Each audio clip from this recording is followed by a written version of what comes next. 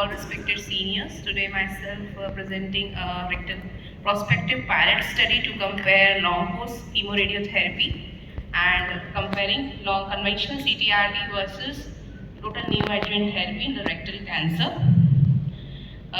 Colorectal cancer, one of the most common cancer, major health problem, third most frequent diagnosed cancer in India, and second leading cause of death in the world. So what we can see, since 1986 there is a very revolution of the treatment in the rectal cancer. So in 1986 TME has been introduced, and in 2020 we are seeing a TNT era, rapid and Protege 23 are there. So main objectives and aims of my study is to compare the pathological response the patient receiving treatment conventional long-course chemoradiotherapy with TNT in the locally advanced rectal cancer, and to compare the prognostic factors in the both arms and if patients are comparing full treatment or not. So I have calculated my sample size in the scene envelope power calculator binary outcome inferiority trial, in which my significance level is 5%, power is 80%, and non-inferiority limit is 20%. So sample size I got was 68, and the period October 22 to August 24, and the patient recruited in until October 23 will be followed during the course of the treatment. 18 to 75 years of age, both sexes, good performance status, histologically mainly rectal adenocarcinoma. Within 15 cm from the anal verge we have included T3, T4A, T4B and nodal positive patients. And previously patient have any rectal cancer, distant meds, and have taken any chemo and radiotherapy outside, or contradiction to MRI we have excluded. Randomization has done, pre-op workup has been done, and 1:1 randomization we did. Neoadjuvant chemotherapy FOLFOX. If ECOG status is not good, then CAPOX 6 cycles, followed by long-course CTRT 50 grade 25 fractions, and response evaluation done after surgery. And in conventional chemoradiation we used CTRT like capecitabine along with 50 grade 50 fractions. Then we went for surgery and CAPOX or FOLFOX according to the patient performance status. And pathological response assessment was done with Ryan et al.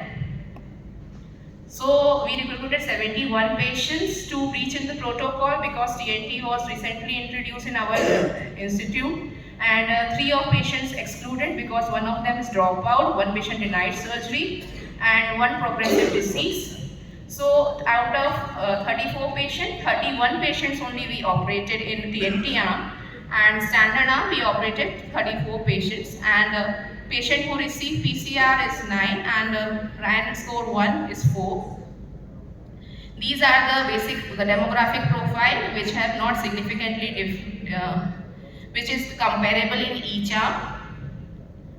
And what general characteristics I have observed in my study, the age of the patient mean is 43.8, which is lower from the other studies, which Rapido and Protege has 60 years as a median age group.